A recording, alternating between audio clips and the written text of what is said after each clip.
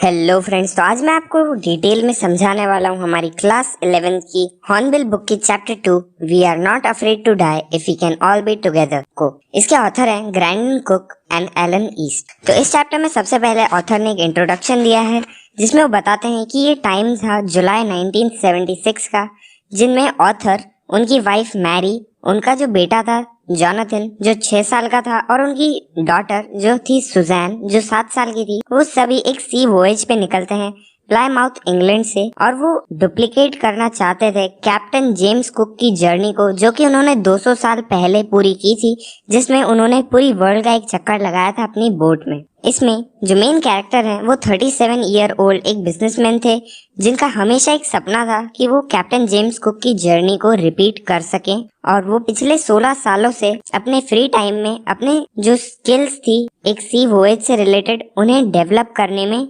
लगाए थे। उनकी जो बोट थी उसका नाम था वेव वॉकर, जो कि 23 मीटर्स वाइड बोट थी और उस बोट का वेट 30 टन्स था और वो पूरी वुड से बनी हुई थी और बहुत ही प्रोफेशनली बनी हुई थी। और उन्होंने खुद उस पे काफी महीनों तक काम किया था उसकी फिटिंग पर और उसे टेस्ट करने में कुछ रफेस्ट वेदर्स में जो उन्हें आसपास मिलती थी।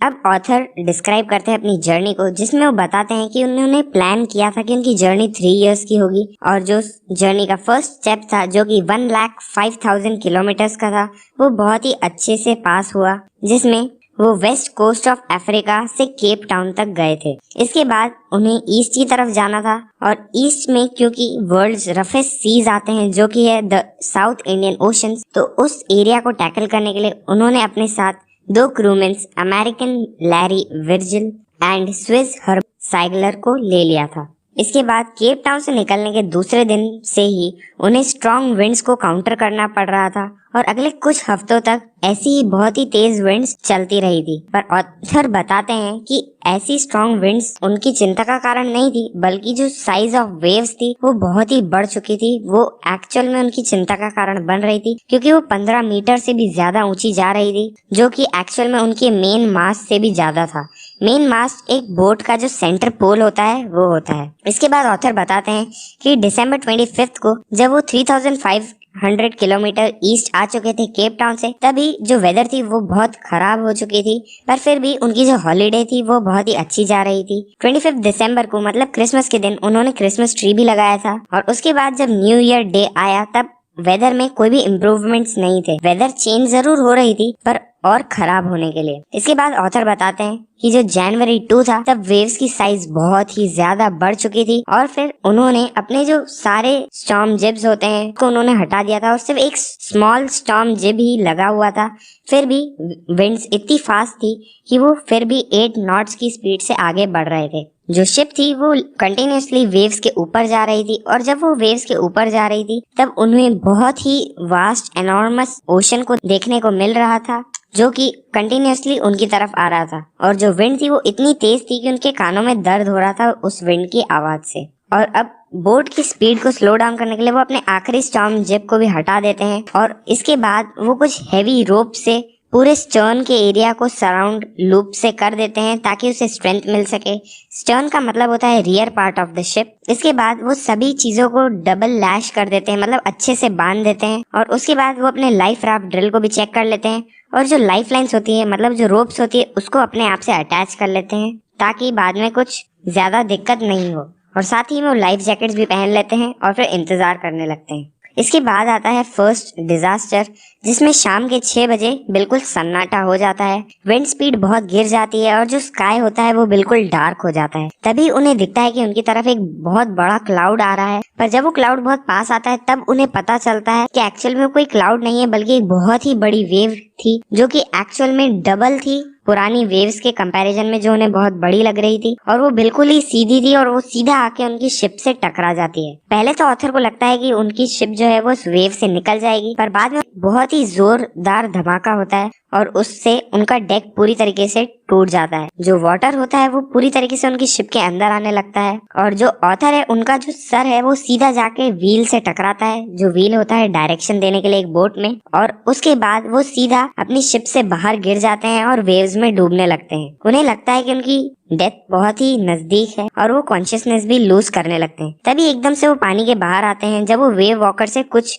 मीटर्स की दूरी पर होते हैं, तभी वो देखते हैं कि जो वेव वॉकर है उसे वेव्स ने पूरी तरीके से कैप्चर कर लिया है और उसका जो मास था वो पूरी तरीके से हॉरिजॉन्टली गिर चुका है। तभी वो वेव्स के कारण जब बोट आगे जा रही होती है, तभी उनकी जो लाइफलाइन होती है जो उन्होंने पहले अटैच कर ली थी अपने आप से, वो टाइट हो जाती है और उस लाइफलाइन की हेल्प से वो बोट की तरफ जाते हैं और गार्ड रेल्स के थ्रू वो बोट के अंदर आ जाते हैं। पर क्योंकि अब वेव्स से सारा पानी बोट के अंदर आ रहा होता है, तो वो वेव्स के कारण बोट के अंदर ही एक डॉल की तरह इधर से उधर टकरा रहे होते हैं, जिसके कारण उनकी लेफ्ट रिब भी क्रैक हो जाती है। उनका जो मुंह होता है वो पूरी तरीके से खून और टूटे हुए दांतों से भर जाता है। साथ ही में बहुत ही मुश्किल से वो किसी तरीके से एक व्हील को ढूंढते हैं जिससे डायरेक्शन देते हैं वो अपनी बोट को और अगली वेव के लिए अपनी बोट को तैयार करते हैं। पर जब उन्हें फील होता है कि उनके नीचे शिप में पानी भर चुका होता है, पर उनकी बिल्कुल भी हिम्मत नहीं होती है जाके चेक करने की, क्योंकि वो व्हील को अकेला नहीं छोड़ सकते थे। तभी सामने वाले डेक से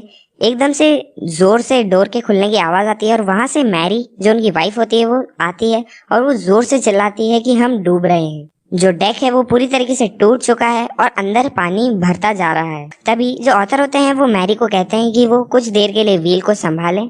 तभी वो देखते हैं कि जो लैरी और हर्ब होते हैं जो कि क्रूमेंस होते हैं, वो पागलों की तरह पानी को बाहर फेंक रहे हैं। तभी वो देखते हैं कि जो क्लॉथ्स, क्रोकरी, चार्ट्स, टिन्स और टॉयज जैसी बहुत सारी चीजें पानी में तैर रही थी और बहुत ही मुश्किल से वो अपने बच्चों के कैबिन तक जाते हैं और वहां जाकर पूछते हैं कि क्या वो दोनों ठीक हैं। तभी ऊपर से रिप्लाई आता है ऊपर वाले बंक से कि वो दोनों ठीक हैं, पर सुजैन जो थी उसके सर पर थोड़ी सी चोट आ गई है, जिसके कारण उसके सर पर एक बहुत ही बड़ा बम्प आ चुका है उसकी आंख के बिल्कुल ऊपर। पर क्योंकि अभी ऑथर के पास बिल्कुल भी टाइम नहीं है, तो फटाफट हैमर, स्क्रूज और कैनवास जैसी चीजें ढूंढते हैं और फटाफट जो स्टारबोर्ड का साइड है जो पूरी तरीके से टूट चुका है उसे रिपेयर करने की कोशिश करते हैं, ताकि हर वेव के साथ अंदर पानी नहीं आए। और क्योंकि अगर वो उसे रिपेयर नहीं करते हैं, क्योंकि काफी सारा पानी अंदर आ जाएगा, तो उनकी बोट डूबने की कगार पर आ जाएगी। पर किसी तरीके से वो मैनेज करते हैं स्टारबोर्ड के साइड पर एक कैनवस को स्ट्रेच करना और उसे वाटरप्रूफ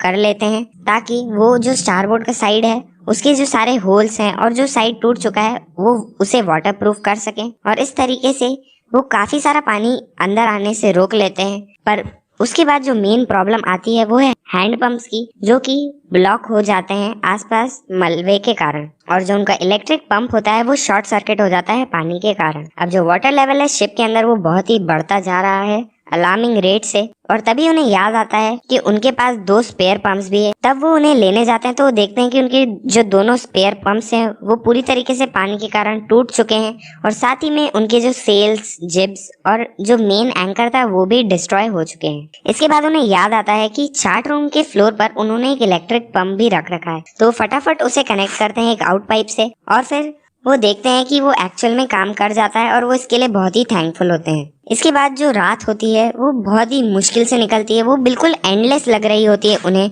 वो बहुत ही ठंड का टाइम होता है और वो पूरी रात पानी को बाहर फेंकने में ही लगा देते हैं, और साथ ही में वो पूरी रात मेडे कॉल्स पर रिप्लाईज को गेन करने की कोशिश करते हैं। पर क्योंकि वो एक बहुत ही रिमोट एरिया में होते हैं, मतलब उनके आसपास कोई भी नहीं होता है, वो बहुत ही रिमोट कॉर्नर में वर्ल्ड के, तो उन्हें कोई सरप्राइज नहीं होता है कि उन्हें कोई भी रिप्लाई नहीं मिल रहा है मेडे कॉल्स का। मेडे कॉल्स का मतलब होता है कि जब कोई शिप किसी प्रॉब्लम में फंस जाती है तो वो हेल्प के लिए दूसरी शिप्स को अप्रोच करने के लिए मेडे कॉल्स देते हैं। साथ ही में जो सुजैन थी उसके सर पर एक बम्प आ गया था, वो काफी ज्यादा बड़ा हो चुका था और उसकी आईज जो थी वो पूरी तरीके से ब्लैक हो गई थी। साथ ही में उसके हाथ पर एक बहुत ही डीप कट भी था। जब ऑथर पूछते हैं कि उन्होंने उस कट के बारे में उन्हें पहले क्यों नहीं बताया, तो वो कहती हैं कि वो उन्हें उस टाइम पर जब इतना सब कुछ चल रहा था तब वो उन्हें और ज्यादा परेशान नहीं करना चाहती थी, जब वो उनकी जान बचा रहे थे। अब टाइम आता है जनवरी 3 का, सुबह का टाइम होता है। जो पंप्स होते हैं उनके कारण जो वाटर लेवल था शिप के अंदर वो कंट्रोल के अंदर आ जाता है, और साथ ही में उन लोगों को थोड़ी देर रेस्ट करने को भी मिल जाता है। तभी वो देखते हैं कि जो वाटर लाइन है उसके आसपास एक बहुत बड़ा लीक होता है। जब वो उसे चेक करते हैं तो उन्हें पता पड़ता है कि जो मेन फ्रेम होता है उनकी बोट का वो पूरी तरीके से डिस्ट्रॉय हो चुका है, और जो उनका पूरा स्टारबोर्ड का सेक्शन है वो सिर्फ कुछ कबर्ड पार्टीशंस के ऊपर ही टिका हुआ है। उसके बाद अब उस इंसिडेंट के 15 आवर्स के बाद जो वेव वॉकर होती है अब वो इतने अच्छे से नहीं चल पा रही होती क्योंकि वो काफी ज्यादा डिस्ट्रॉय हो चुकी होती है।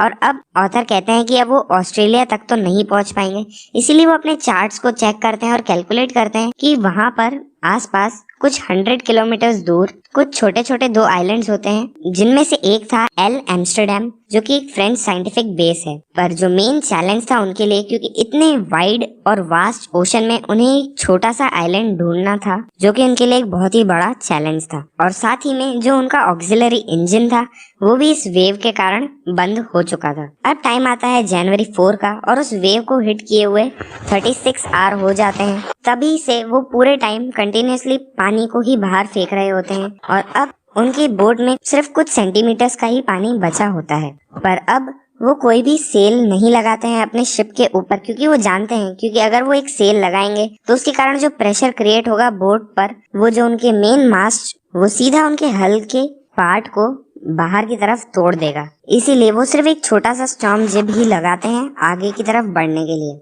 साथ ही में इतने टाइम के बाद मैरी को कुछ कॉर्न्ड बीफ और क्रैकर बिस्किट्स मिलते हैं और वो ऑलमोस्ट 2 दिन में पहली बार कुछ खा रहे होते हैं। पर ये रिलैक्सेशन का जो टाइम था वो बहुत ही छोटा था, क्योंकि शाम के 4 बजे फिर से ब्लैक क्लाउड्स आने लग जाते हैं और फिर उसके कुछ ही घंटों बाद जो विंड स्पीड है वो फिर 40 नॉट्स तक आ जाती है, जो कि बहुत ही फास्ट विंड्स होती हैं। और जो सी था उसकी जो वेव्स थी वो फिर ऊंची होने लग जाती है और जो वेदर थी वो अगले दिन तक और खराब होने लग जाती है। अब टाइम आता है जनवरी 5 का, जब उनकी सिचुएशन बिल्कुल होपलेस हो जाती है।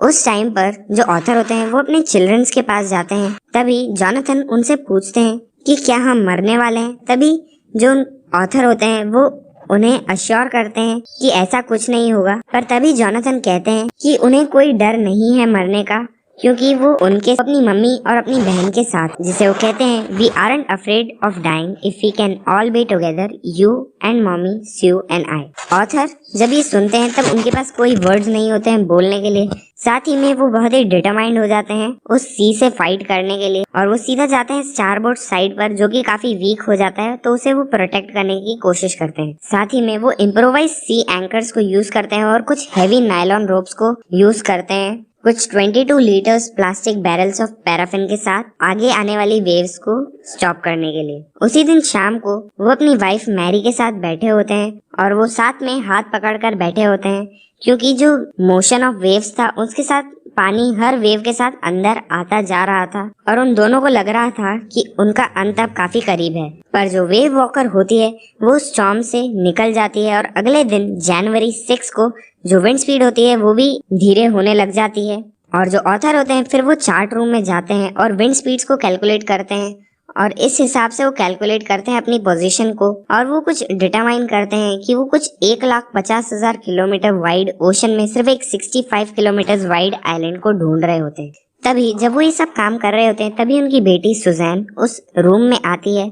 उनके जो सर पर जो चोट लगी थी वो काफी ज्यादा बुरी तरीके से सूज चुकी होती है और उनकी जो आंखें होती है वो बहुत ही छोटी हो चुकी होती है उस बम्प के कारण जो सुजैन के सर पर था। और इस हालत में भी सुजैन अपने पापा को एक कार्ड देती है जिसमें कुछ कैरिकेचर्स बने होते हैं उनके और उनकी वाइफ मैरी के, और सुजैन कहती है कि इसमें कुछ फनी पीपल हैं और इन्हें देखकर मुझे तो बहुत हंसी आई है, क्या आप भी इसे देखकर हंस रहे हो। साथ ही में अंदर एक मैसेज होता है कि वो उन दोनों को काफी प्यार करती है और वो उन्हें थैंक्स कहना चाहती है और वो ये भी उसमें लिखती है कि उन्हें हमेशा बेस्ट के लिए ही होप करना चाहिए और किसी तरीके से वो इस सिचुएशन से बाहर निकल जाएंगे। तभी जो ऑथर होते हैं वो अपने कैलकुलेशंस को चेक करते हैं, फिर उसे रीचेक करते हैं और उस टाइम पर इन सभी कैलकुलेशंस को करते टाइम वो अपने स्पेयर कंपास को यूज कर रहे होते हैं, क्योंकि उनका जो मेन कंपास होता है वो खो गया होता है और उनका जो स्पेयर कंपास होता है वो भी मैग्नेटिकली करेक्ट नहीं किया हुआ होता है। साथ ही में वो वेस्टर्ली करंट्स के साथ जाने के लिए डिसाइड करते हैं इंडियन ओशंस में और दिन के कुछ करीब 2 बज रहे होते हैं। तभी वो लैरी के पास जाते हैं और कहते हैं कि वो अपने शिप को 185 डिग्रीज पर टर्न कर दें और अगर वो लकी हुए तो वो शाम के 5 बजे तक कुछ आइलैंड्स को देख पाएंगे। तभी जो ऑथर होते हैं वो काफी उदास होते हैं और वो अपने बंक पर जाकर लेट जाते हैं और अमेजिंगली उन्हें उस टाइम पर नींद आ जाती और सीधा वो उठते हैं शाम के 6 बजे और अब उन्हें लगता है कि क्योंकि उन्हें तो लग रहा था कि वो 5 बजे तक आइलैंड्स पर पहुंच जाएंगे। तो उन्हें लगता है कि उन्होंने शायद उन आइलैंड्स को पीछे ही छोड़ दिया होगा। पर तभी उनका जो बेटा होता है जॉनथन, वो उनके बंक पर आता है और कहता है कि क्या मैं आपको गले लगा सकता हूँ। और सूजन उसी टाइम उसके पीछे खड़ी होती है। तभी ऑथर होता है, वो उनसे पूछता है कि वो उसे गले क्यों लगाना चाहता है। तभी जॉनथन कंटिन्यू करता है, क्योंकि वो कहता है कि आप इस वर्ल्ड के बेस्ट डैडी हो और बेस्ट कैप्टन हो इस वर्ल्ड के। तभी जो ऑथर होते हैं वो जॉनथन को कहते हैं कि पर शायद आज मैं बेस्ट कैप्टन नहीं हूँ, क्योंकि शायद हमने उन आइलैंड्स को पीछे ही छोड़ दिया है। पर तभी सूजन कहती है एक फैक्टफुल वॉइस में कि हमें आइलैंड्स मिल गए हैं। तभी ऑथर बहुत ही खुश हो जाते हैं और वो सीधा बाहर जाकर देखते हैं कि जो आइलैंड था वो सीधा उनकी शिप के सामने था। और वो आइलैंड उन्हें इतना बड़ा दिख रहा था जैसे कि कोई बैटल शिप हो। और उस टाइम उन्हें सिर्फ एक आउटलाइन दिख रही थी एल एम्स्टरडैम की, जो कि एक वॉल्केनिक रॉक का एक छोटा सा पीस है और उस पर बहुत ही थोड़ी सी वेजिटेशन भी थी। पर क्योंकि वो इतने टाइम से उस ओशन में ही घूम रहे थे और इतने टाइम बाद वो किसी लैंड के पीस को देखते हैं, तो वो उसे सबसे ब्यूटीफुल आइलैंड लगता है इस वर्ल्ड का। तो उस रात वो ऑफशोर ही रुकते हैं और अगले दिन सुबह वो उस आइलैंड पर उतरते हैं। तभी उस आइलैंड के पूरे 28 इनहैबिटेंट्स उन्हें हेल्प करते हैं शोर पर आने के लिए। जब ऑथर अपने पैरों के नीचे इतने टाइम बाद जमीन को देखते हैं, तो उनके जो थॉट्स थे वो पूरी तरीके से लैरी हर्ब से भर जाते हैं और वो उनके बारे में सोचते हैं कि ऐसी सिचुएशंस में भी, ऐसी स्ट्रेसफुल सिचुएशंस में भी वो इतने चेयरफुल और ऑप्टिमिस्टिक रहे।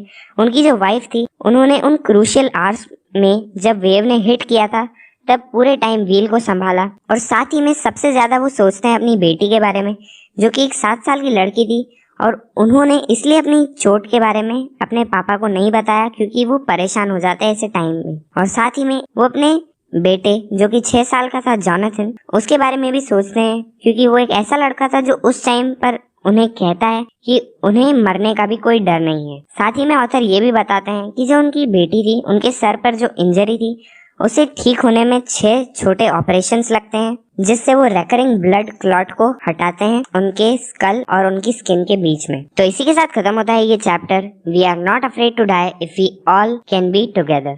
तो अगर आपको ये वीडियो पसंद आया हो तो प्लीज इस वीडियो को लाइक करें, और अगर आप ऐसी वीडियोस को देखते रहना चाहते हैं तो इस चैनल को सब्सक्राइब करें। अब मैं आपसे मिलता हूँ अगली वीडियो में। Thank you.